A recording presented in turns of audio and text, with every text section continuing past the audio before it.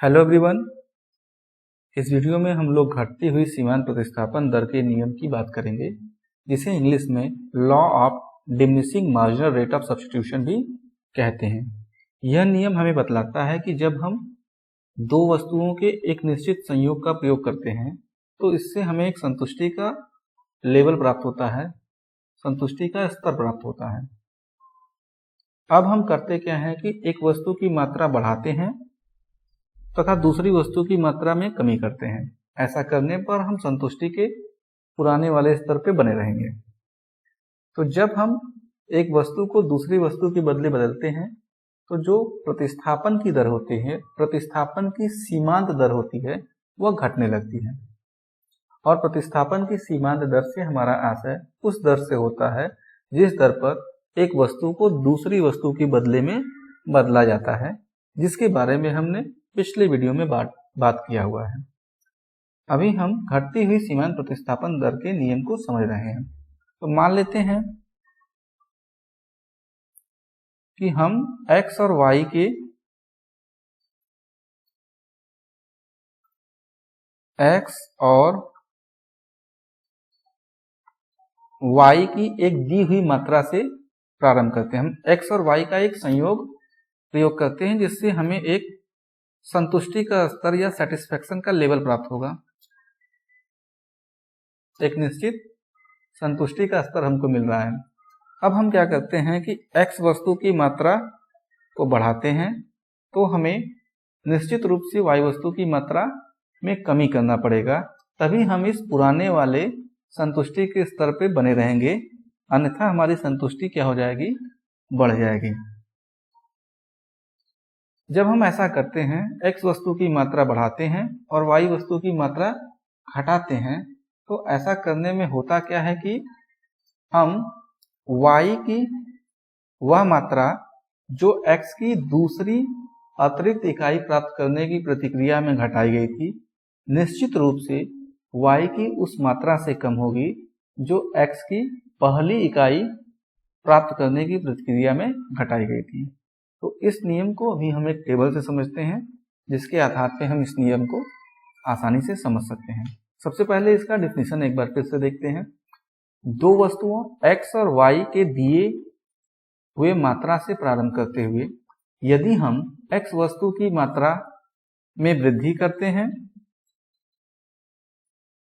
तथा y वस्तु की मात्रा में इस प्रकार कमी करते हैं कि उपभोक्ता की संतुष्टि न तो पहले से अच्छी हो न तो पहले से खराब हो, यानी संतुष्टि के वह पुराने वाले स्तर पे बना रहे, तब y की वह मात्रा जो x की दूसरी इकाई प्राप्त करने की प्रतिक्रिया में घटाई जाती है, y की उस मात्रा से निश्चित रूप से कम होगी जो x की पहली इकाई की प्रतिक्रिया में घटाई गई थी। कहने का मतलब यह है कि जैसे जैसे हम y के बदले x का प्रतिस्थापन करते जाते हैं, हमारी मार्जिनल रेट ऑफ सब्स्टिट्यूशन घटती हुई हमें मिलती है। अब इसी बात को हम लोग इस टेबल से समझने का प्रयास करेंगे।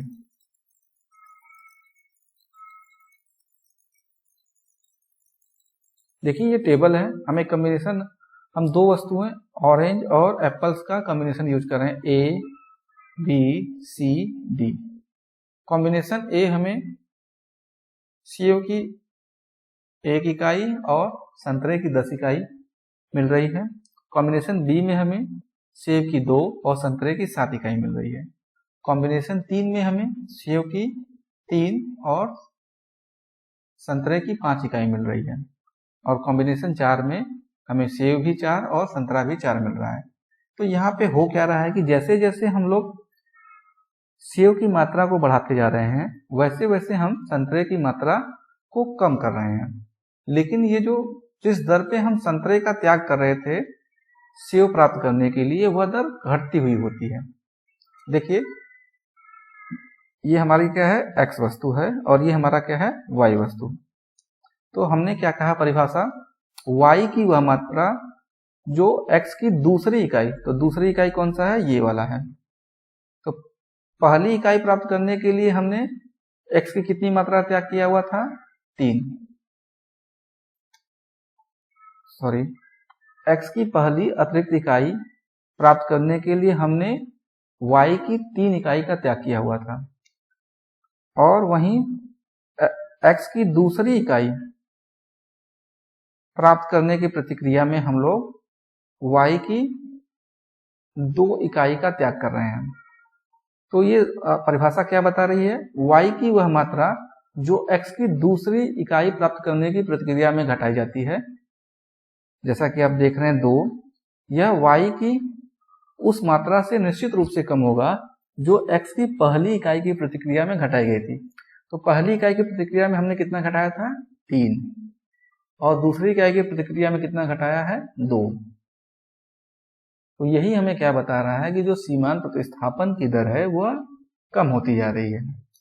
इसी प्रकार से हम 2 से जब 3 पे पहुंचेंगे, थर्ड यूनिट बढ़ाएंगे x वस्तु का, तो हम y का अब और कम मात्रा त्याग करेंगे, 1 इकाई का।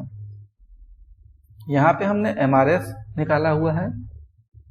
पहले हम x के बदले जब y प्राप्त करना चाहते हैं तो y के बदले x प्राप्त करना चाहते हैं तो हम y की 3 इकाई देने के लिए तैयार थे। अब उसके बाद x की अतिरिक्त इकाई प्राप्त करने के लिए हम y की केवल 2 इकाई प्राप्त करना चाहते हैं, त्याग करना चाहते हैं।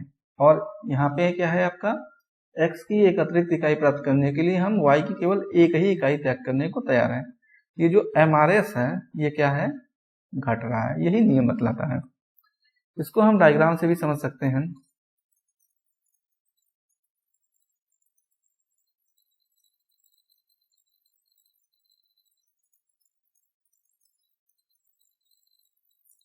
ये हमारा x एक्सिस है और ये हमारा y एक्सिस है। x एक्सिस पे हम लोग x वस्तु को 1, 2, 3, 4, 5, 6, और इधर हम लोग y वस्तु की मात्रा दिखा रहे हैं 1, 2, 3, 4, 5, 6, 7, 8, 9, 10। तो ये देखिए, पहला बंडल हमें A वाला संयोग यहाँ पे मिलेगा, A बिंदु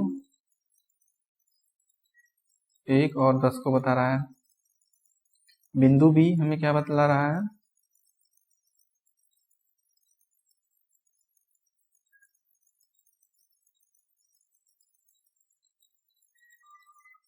2 और 7 को बतला रहा है। बंडल C हमें बतला रहा है 3 इकाई सेव पे हम 5 इकाई संतरे का इस्तेमाल कर रहे हैं।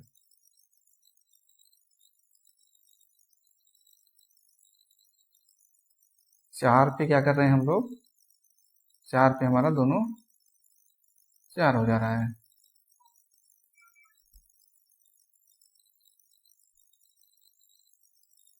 जब इसको हम मिलाते हैं तो हमें एक तटस्थता वक्र मिल जाता है, IC। तो देखिए, ये A बिंदु है। जब हम 1 इकाई बढ़ाएं, x की 1 इकाई का वृद्धि किया, तो हमने क्या किया? इस x की 1 इकाई प्राप्त करने के लिए हमने y की 3 इकाइयों का त्याग किया।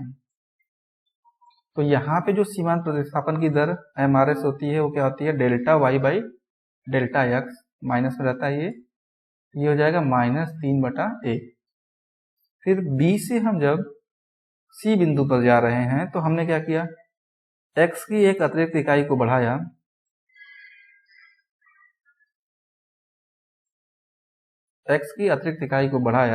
तो हमने x का कितना बढ़ाया है यहाँ पे? +1। y का कितना त्याग कर रहा है? 7 से 5 पे आ गए, यानी हम y की 2 इकाई कम कर दे रहे हैं पहले से। तो यहाँ पे हमारा MRS क्या हो गया? -Delta y by delta x, delta y -2x हो गया आपका ये। तीसरे में क्या हो रहा है? जब आप 4 पे जा रहे हैं तो हम अब 4 का ही इस्तेमाल कर रहे हैं, यानी हमने x का 1 बढ़ाया और y का 1 कम कर दिया, तो यहाँ पे हमारा MRS क्या हो गया, -1/1। ये जो MRS देख रहे हैं आप, ये MRS पहले 3 था, फिर 2 हुआ, फिर -1, यानी MRS हमारी घट रही है। यही हमारा सीमांत प्रतिस्थापन की घटती हुई दर का नियम है। ऐसा ही नियम हमने गॉसियन का प्रथम नियम देखा था, घटती हुई सीमांत उपयोगिता का नियम। सेम टाइप में ऑर्डिनल अप्रोच में ये आपका हो जाता है MRS, law of diminishing marginal rate of substitution. Thank you.